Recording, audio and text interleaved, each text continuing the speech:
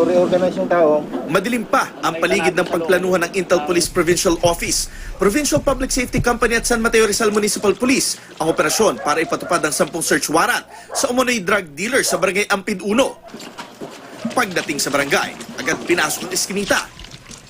Ilang operatiba pa ang umakyat sa bubungan. Ang mga nakakandadong pinto, tinadyakan. Buksan nyo to! Mga pulis kami! Buksan nyo! Pero may pintong sadyang matibay.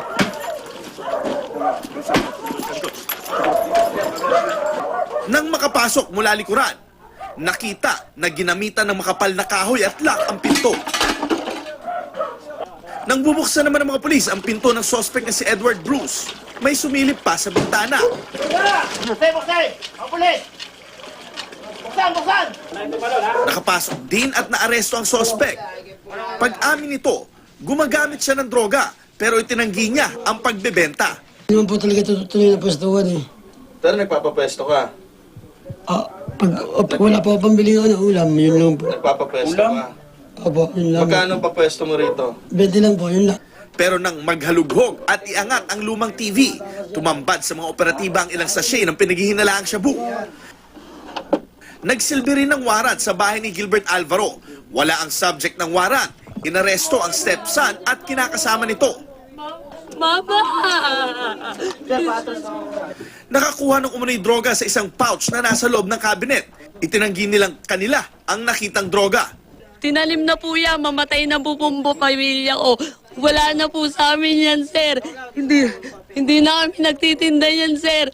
Nagtitinda na lang ako ng sigarilyo para may makain kami. Totoo, nagsasabuhan ako pero hindi na siya nagbebenta ng ganyan. Hindi nagbebenta yung anak ko. Sa bahay naman ng target na si Danny Alvar, may paunawa pa sa mga parokyano. Kaya naman, hindi naging mahirap ang pag-aresto sa kanya. Ayon sa otoridad, ang barangay daw ay hotspot sa illegal na droga. Sa lahat ng mga na-operate namin, ng mga karatig barangay, ay karamihan doon ang itinuturo na ang illegal drugs ay nanggagaling dito sa Ampid 1. 55 katawang arestado, 7 rito kasama sa 10 subject ng warrant. Dinala sila sa San Mateo Rizal PNP HQ kung saan inihahanda ang mga kasong ipapataw sa kanila sa paglabag sa Republic Act 9165 o Comprehensive Dangerous Drugs Act of 2002. Jay Sabale, nakatutok, 24 oras.